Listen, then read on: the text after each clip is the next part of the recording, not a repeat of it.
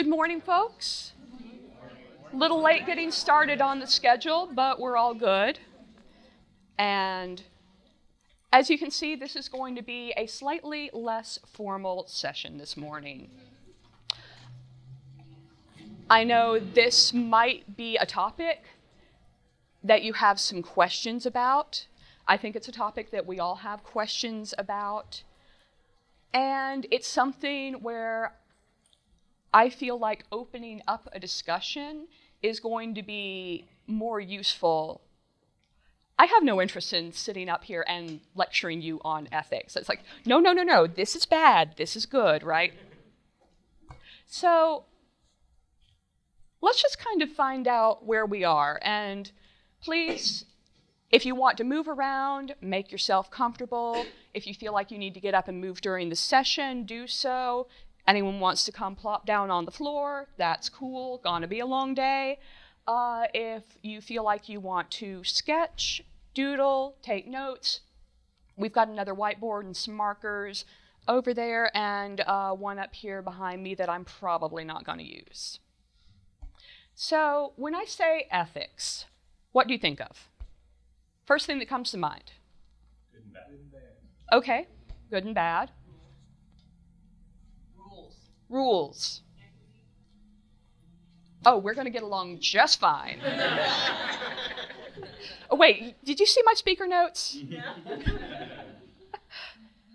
Anything else? How to live a good life. Okay. Boundaries, that's a good one. Expectations. Okay.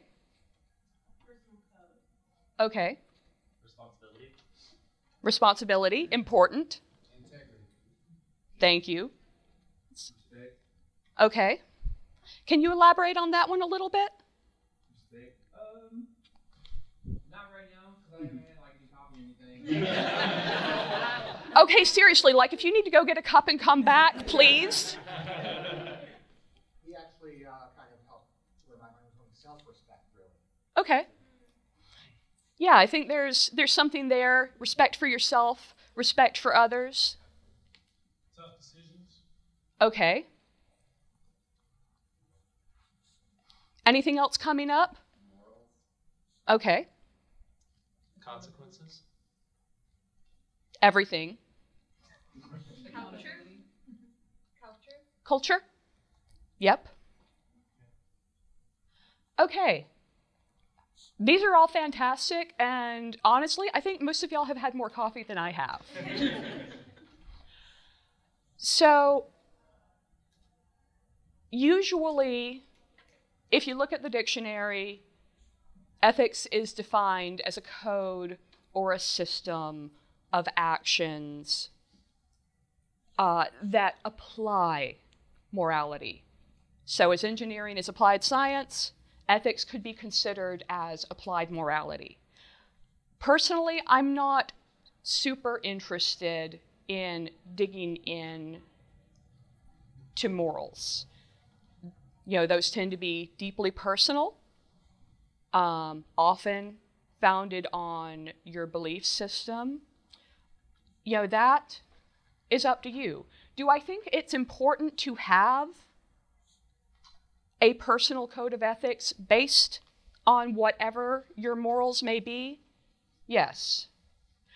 Do I think it is important to consider the roles that our culture, our societal expectations play in that?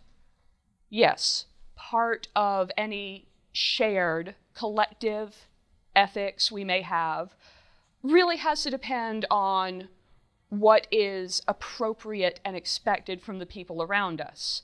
On the other hand, you can also have, well, everybody else is doing it.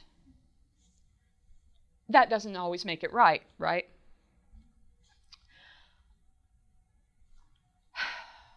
While we're there, let's talk about a few more things that I'm not really planning on us getting into this morning. Ethics is an enormous field of scholarship. You know, we have a huge legacy of global scholarship on the topic. You know, there are people who live their entire professional lives in the field. I am not particularly an academic. Their work is critical and we need it. But for me, this is more about how we apply it, what we do with it, what that looks like in our day-to-day lives as developers, designers, engineers, business people, leaders. I'm also not particularly wanting to dive into, for example, ethics of AI. There is an AI session later on, and you should absolutely go to it. Frankly, that deserves its own conference. It's a huge topic. I think we all know it's coming. And that deserves so much more time than the next 40 minutes. Likewise, I'm not particularly meaning to dive into bioethics, these kind of deep topical discussions where we should rightfully have a panel up here with that expertise and that experience. Where I am coming from is 15 years running a software company. I've spent time on pretty much all sides of this business, as a freelancer in kind of that most vulnerable of positions, as a low-level employee, as a founder, as a CTO, running teams, as a product designer, as an architect. And what I have found is that almost every day, some kind of decision pertaining to ethics crosses my desk. So, who in the room would say that you have a position of leadership at your company? Okay, little over half. Is there anyone in the room who feels disempowered at your company? A few? Okay, thank you.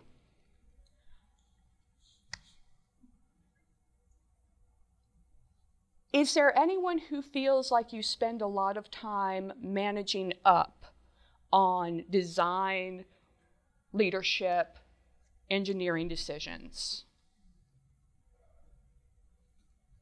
Yeah, that's a pretty common experience unless you are the person being managed up.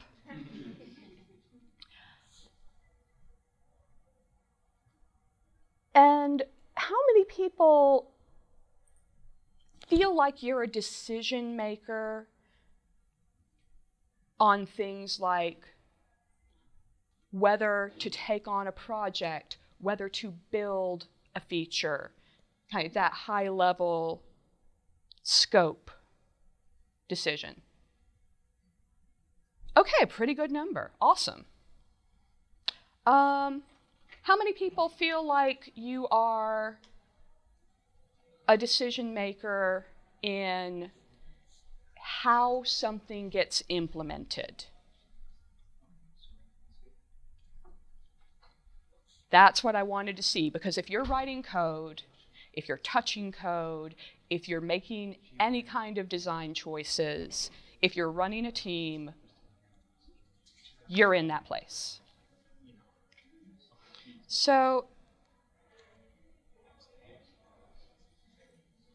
this part shouldn't be news to any of you. Being in tech gives us a ridiculous amount of power. We have leverage that extends our reach far beyond most people's. Merely having access to those tools, access to the knowledge, access to come up with the next great innovation. access to a little design choice on a tool that millions of people are going to use, that's going to impact those people every day.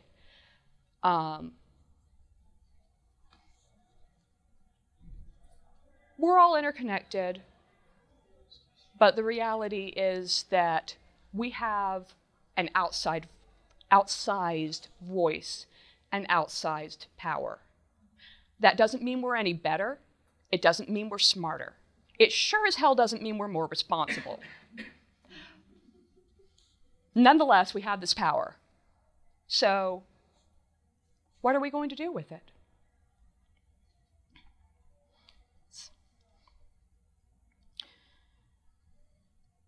So there's an obvious discussion point that, keeps coming up time and time again.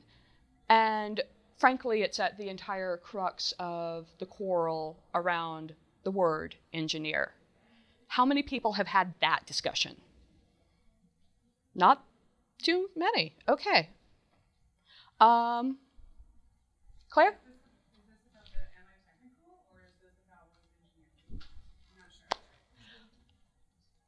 Okay, going there.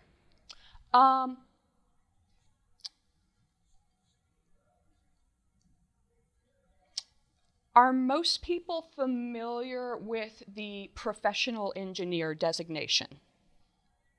Okay.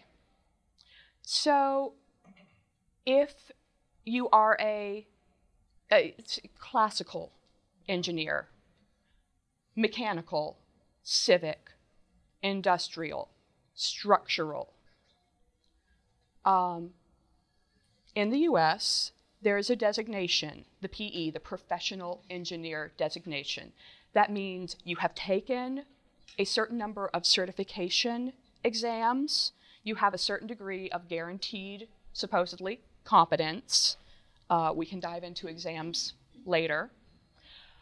And that you have a professional code of ethics that is governed by a national society. And for many of us, Claire, is that a question? Please. My husband's a professional engineer, and he had to go through an apprenticeship program as well. Also. You don't just start working, you had to work under another engineer who had already gone through this. Yes, thank you. And yes, if anyone wants to jump in, please just raise your hand and we'll open this up.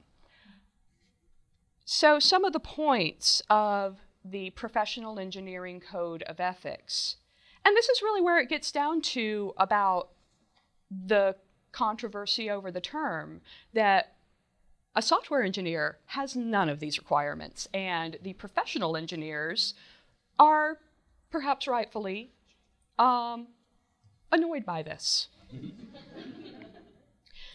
So the canons of their code of ethics.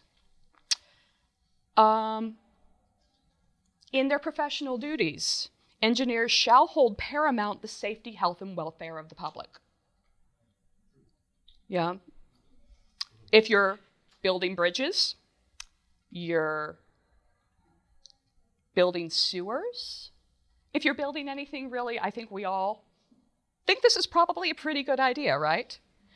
Shall perform services only in the area of their competence. Someone who builds bridges should not build sewers. Obviously, that's where, as software engineers, we could have a field day with that one, because I learn on the fly, y'all. Shall issue public statements only in an objective and truthful manner. You shouldn't go knowingly lie to the press. That's a good one. Act for each employer or client as faithful agents. That you should not knowingly deceive your employer or your client. Avoid deceptive acts. It's kind of in the same vein. Conduct themselves honorably, responsibly, ethically, and lawfully. that one gets a little vague, and they have pages and pages of explication on that one. But just as that kind of background, am I suggesting we need a tech code of ethics? I don't know. I'm not sure we're there yet. Any thoughts? Steve McConnell's book that was written early in the early 90s suggests that we needed Yes. this sort of rigor around it. He was one of the first major proponents. Where there are conversations about the internet being considered a basic utility, like water, electricity, they have codes of ethics. Given how many people the internet affects, it makes sense that we should. Absolutely. And so do we make tech a utility? In the back?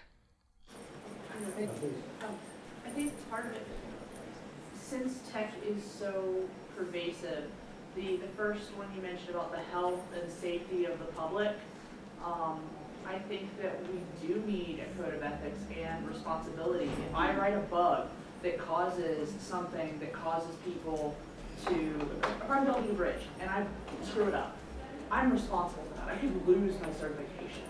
If I write a bug that allows a bank to get hacked, maybe I don't deserve to be allowed to write that kind of critical code anymore. Yeah, maybe I can build a playhouse, I can build a small little website, but maybe I shouldn't be allowed to do fintech stuff because I didn't have the ability to do that without causing this massive bug. And as we have all these things that are critical, lives depend on them. There are machines that do calculations to give you medicine, your life depends on them. We need a way to find people that are qualified to hold our lives in their hands, like we do when we walk over a bridge or sit in a building someone built. So that's a really interesting point, and I'd like to offer back. There's a point about individual and collective responsibility that I think could be unpacked out of that.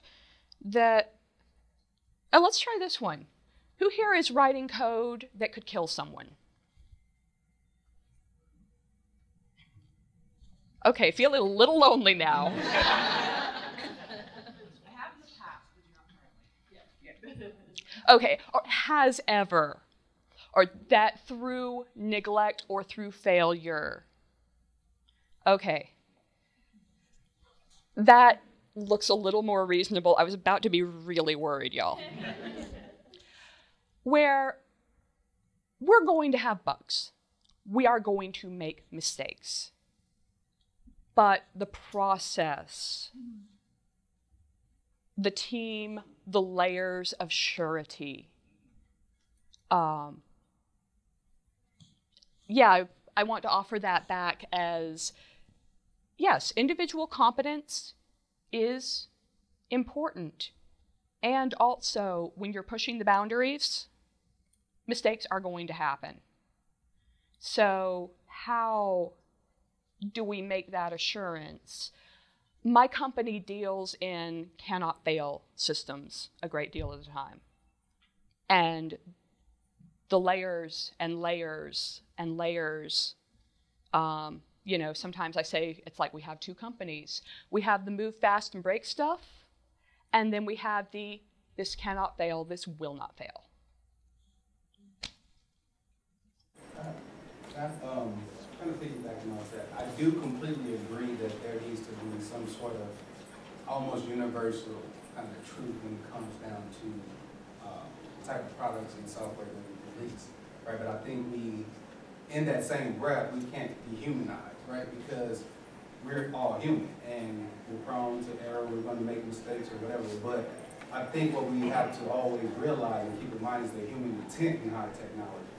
It's not the technology, because when we're creating solutions, we're putting solutions out to solve the problem, right? And I think the issue, even with hacking or whatever, is the human intention behind the technology, what pushes you to want to steal money, break into whatever, right? So I think it's a fine line, right? So, and I think that's one of the biggest challenges in software development, but not just software development, but in general.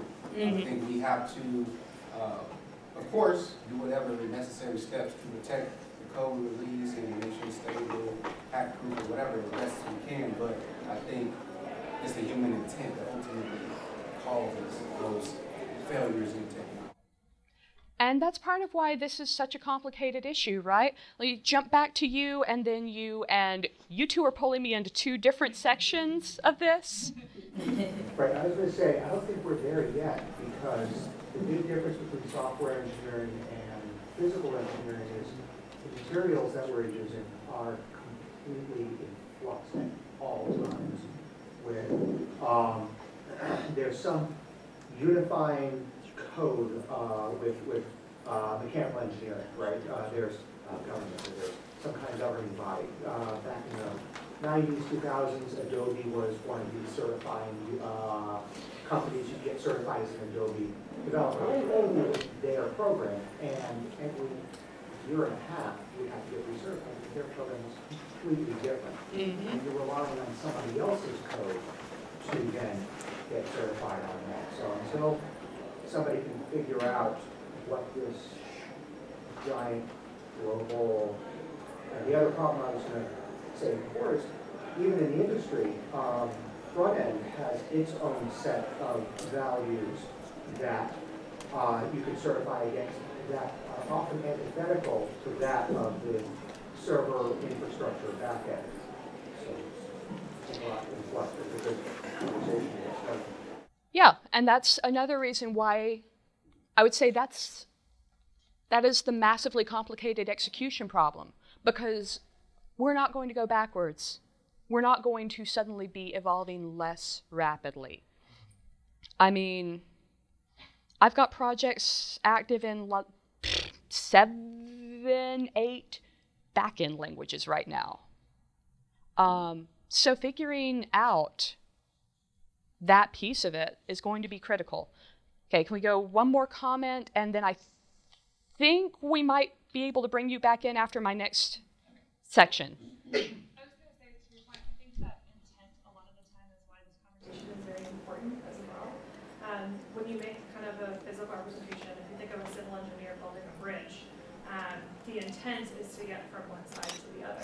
But if you don't put in the safety aspects, you could meet the requirements, but what happens if a car crashes and it goes over the edge? Or what happens if there's too many cars on the bridge and it causes it to collapse? And I think that a lot of the time in software, we make that happen even though our intent might be solved by getting from one side to the other. We don't design for what our users may do and can cause harm to our users through backdoors or through security issues.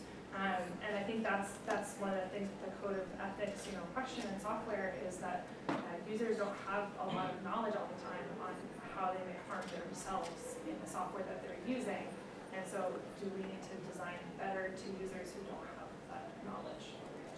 Yes, and perhaps that is one of the answers.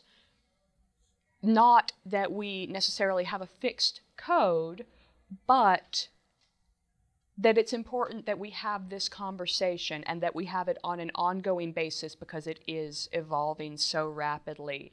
So, design, leadership, and then I want to do a little bit of gaming out. We just started trickling into this, and I forgive my presumption, but I think this might have been where you were going.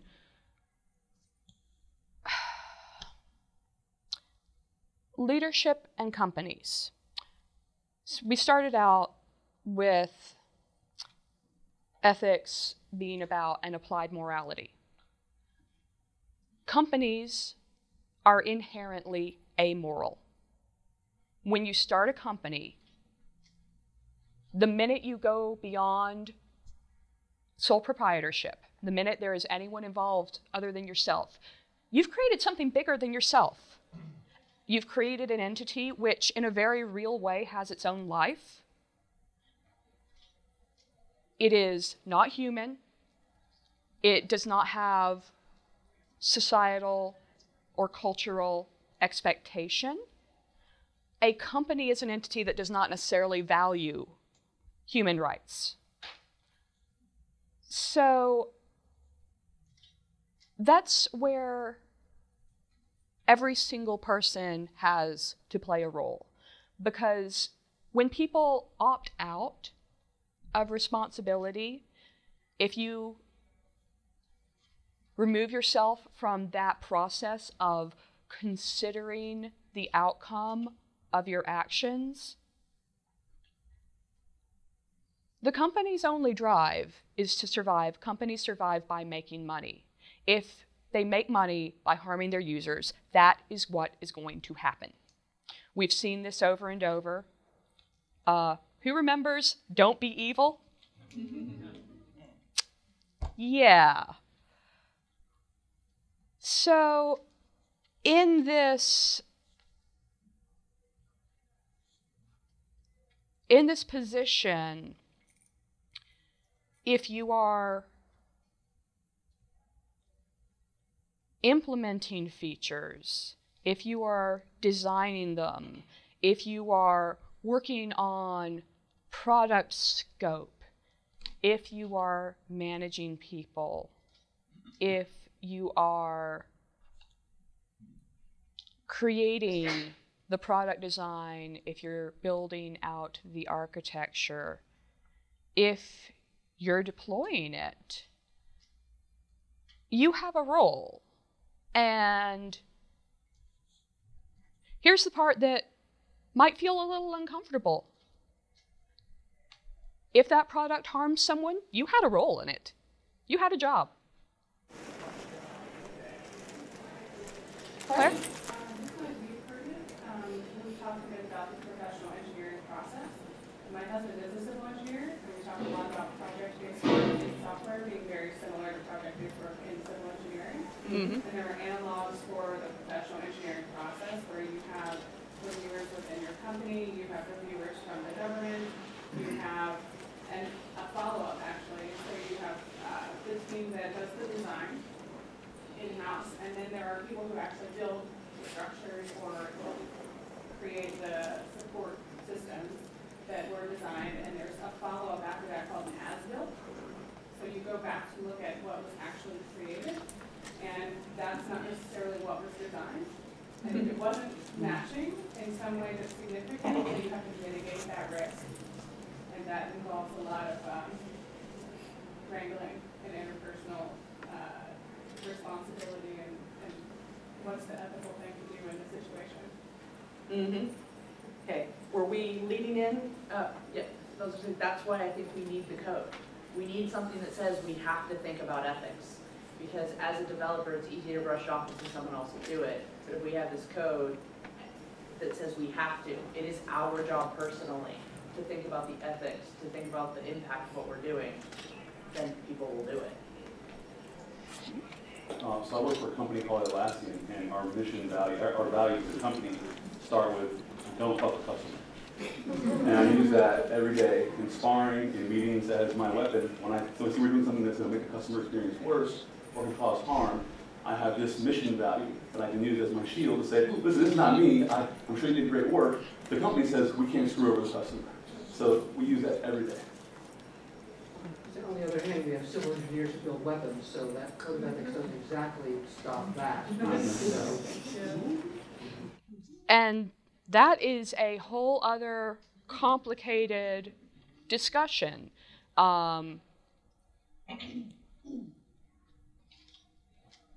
Believe me, I've had that discussion a lot of times. I have personally built battlefield communication systems. You know, my logic, they're designed to talk to people rather than shoot at them.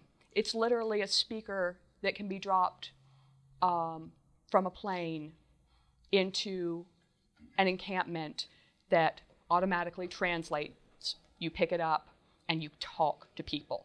It's a fancy walkie-talkie.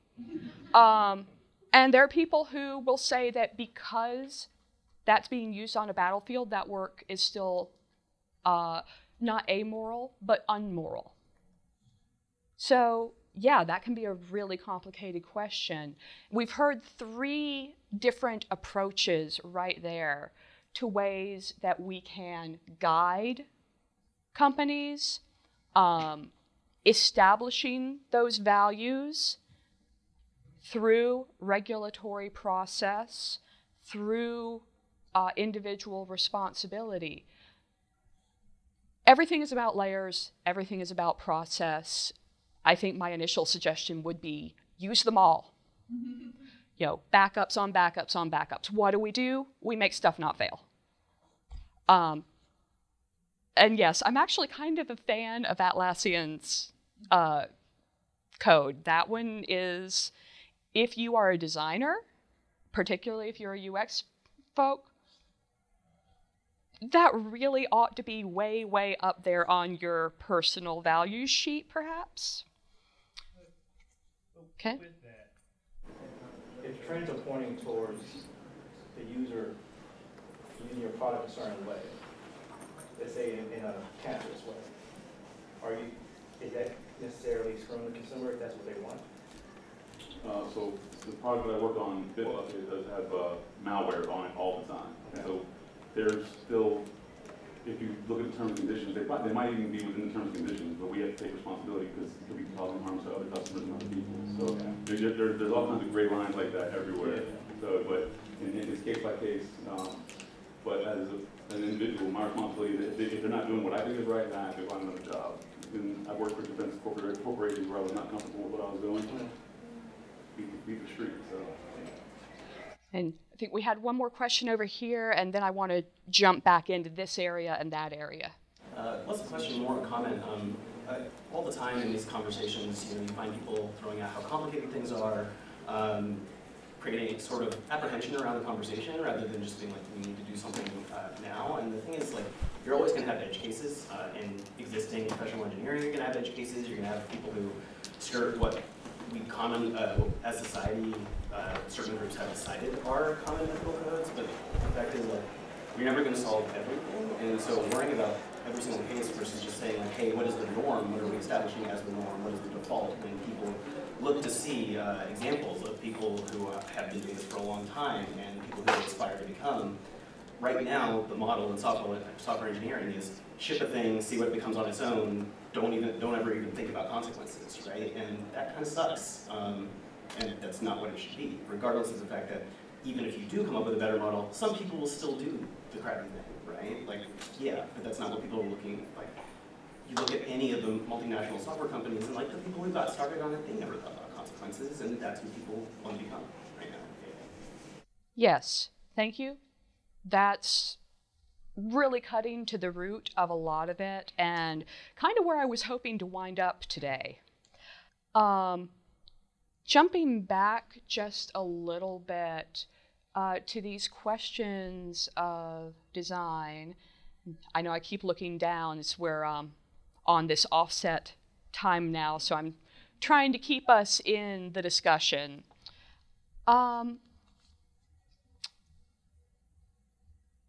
The question of who you're responsible to.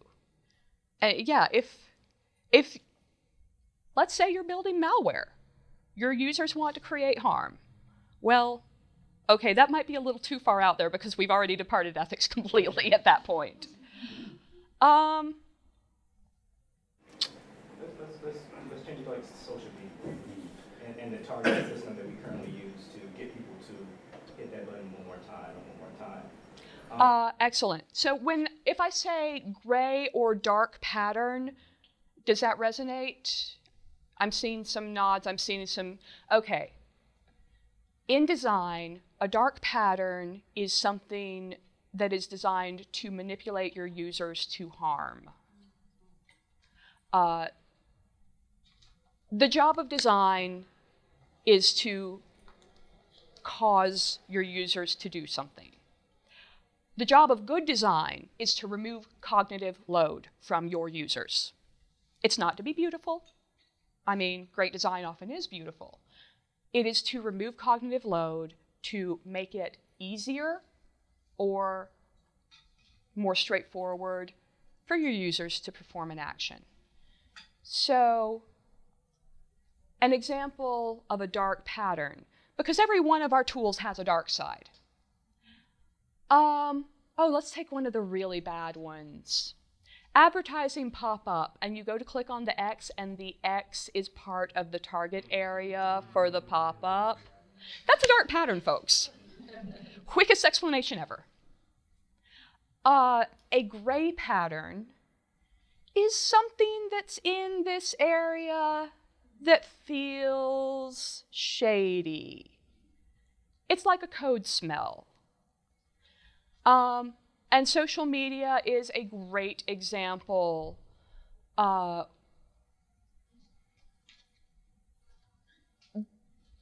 Actually, let's pick on Netflix a little.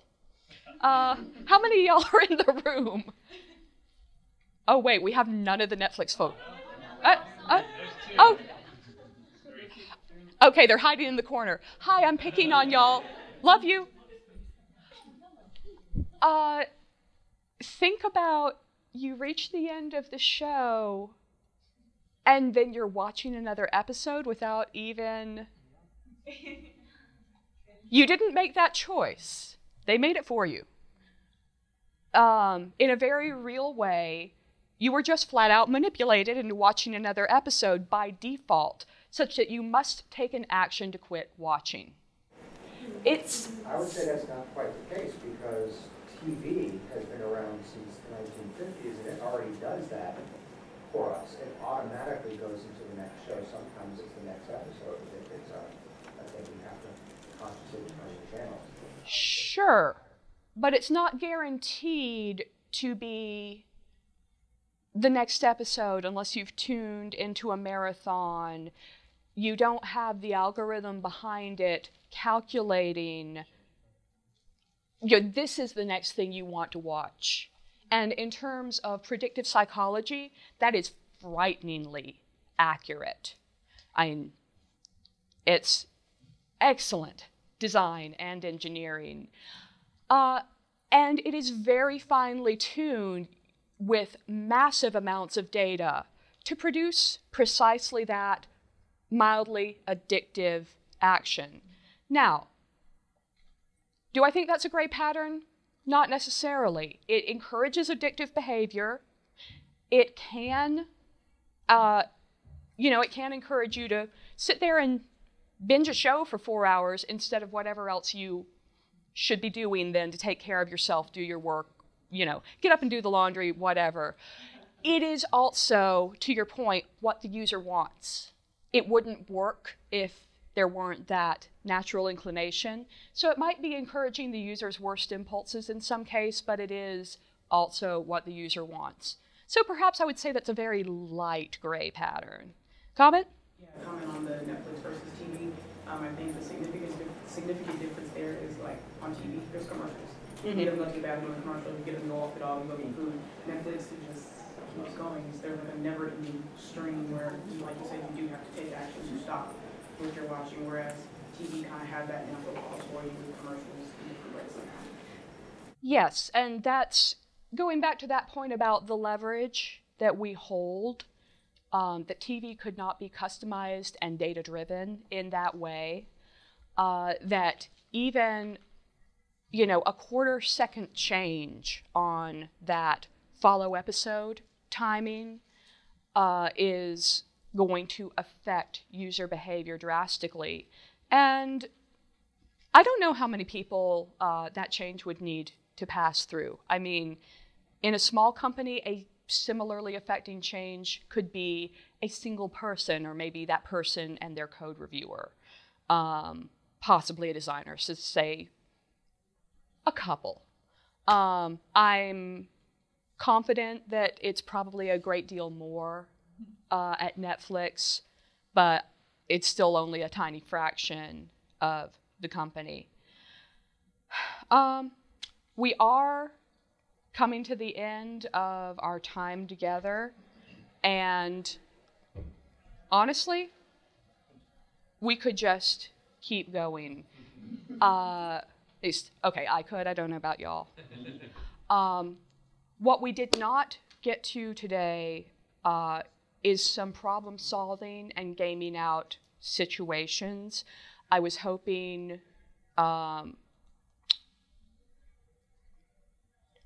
to be able to talk about some examples of unethical things we've all been asked to do, and talk about how perhaps as a junior developer, as a designer, you can bring that into an ethical alignment without, you know, up and I quit, that's not right, I won't do this. Because, you know, that's not an option for many people, or at least it's not an immediate option.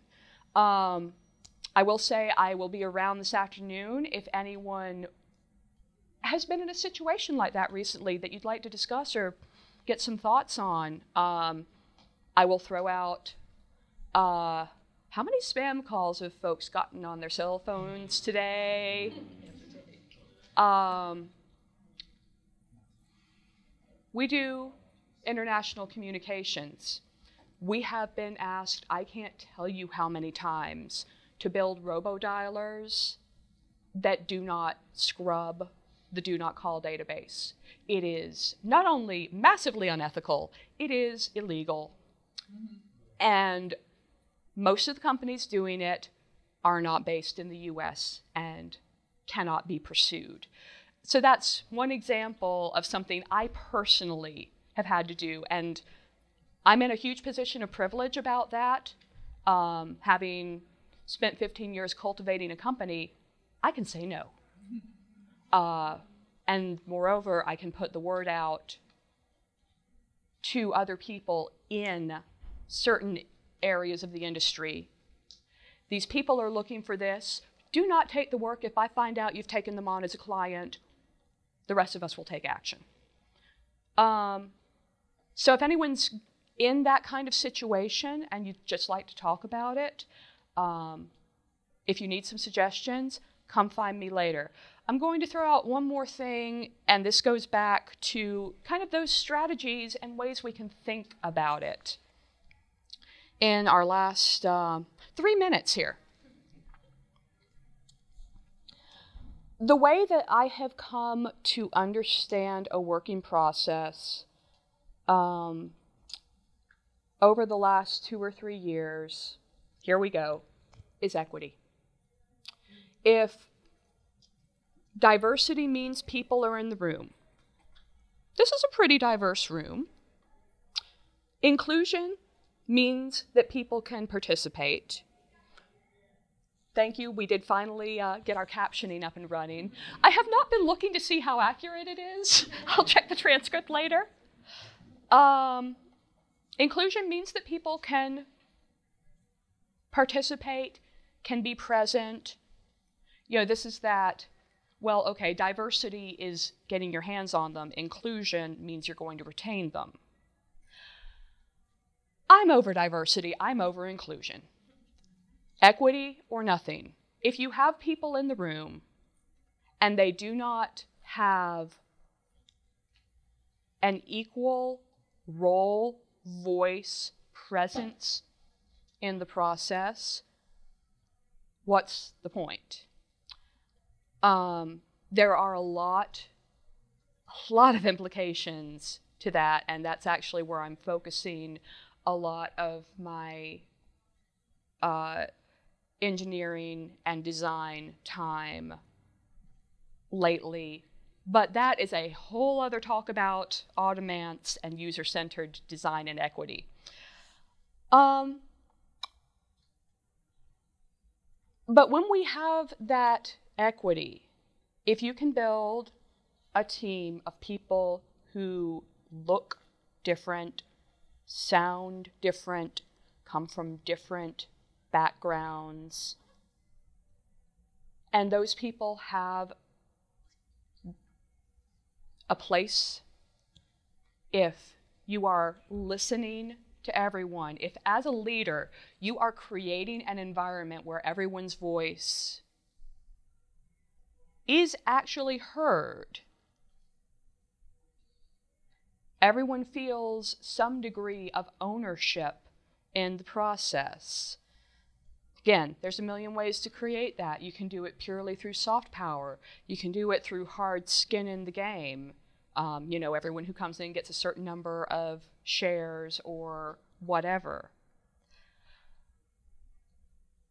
But I'm truly coming to believe that that is a critical role in how we create that individual responsibility, how we bring that recognition of human values, of doing good, or at least not doing harm to our companies that are otherwise inherently amoral. Company don't care, so the people have to. And with that, I'd love to talk to anyone later. We do need to wrap up and give somebody else the room. I believe there's a talk about influence in here next, which should be a great, yes, right there, which should be a fantastic lead-in from this. Did I set you up right? Perfect. I'm hiring you. You can hire my company. There you go. Would you like the chairs back in the lecture hall? Yeah, that'd be great if people help with that. Okay, yes. If you wouldn't mind sort of bringing the chairs back into rows facing the front. He worked really, really hard on his deck, folks.